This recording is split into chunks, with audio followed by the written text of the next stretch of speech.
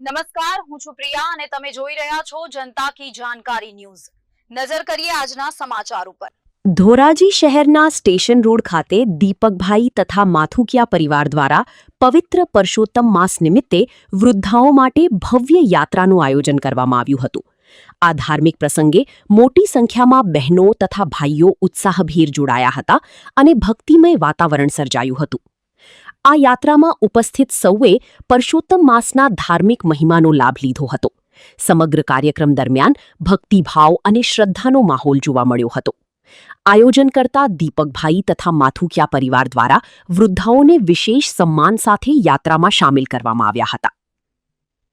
આ પ્રસંગે દીપકભાઈ માથુકિયા, મેહુલભાઈ ચંદ્રવાડિયા, વર્ધમાનભાઈ માથુકિયા તેમજ વિવિધ ઉપસ્થિત લોકોએ આયોજનની પ્રશંસા કરી હતી અને આવા ધાર્મિક તથા સેવાભાવી કાર્યક્રમો સમાજમાં એકતા અને સંસ્કારનું ઉત્તમ ઉદાહરણ પૂરું પાડે છે તેમ જણાવ્યું હતું। જય દ્વારકાધીશ।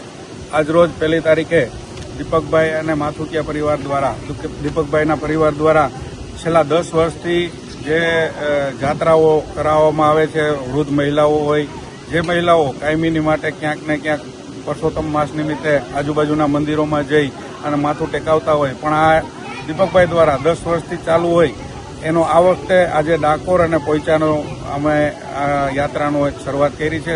જે અલગ અલગ જે 10 વર્ષો જે જૂના એ 10 વર્ષોમાં દ્વારકા હોય, નાથદ્વારા હોય, સોમનાથ હોય, માધુપુર હોય, એમ અલગ અલગ મંદિરોમાં વડીલોને લઈ જવા માટેની એક એની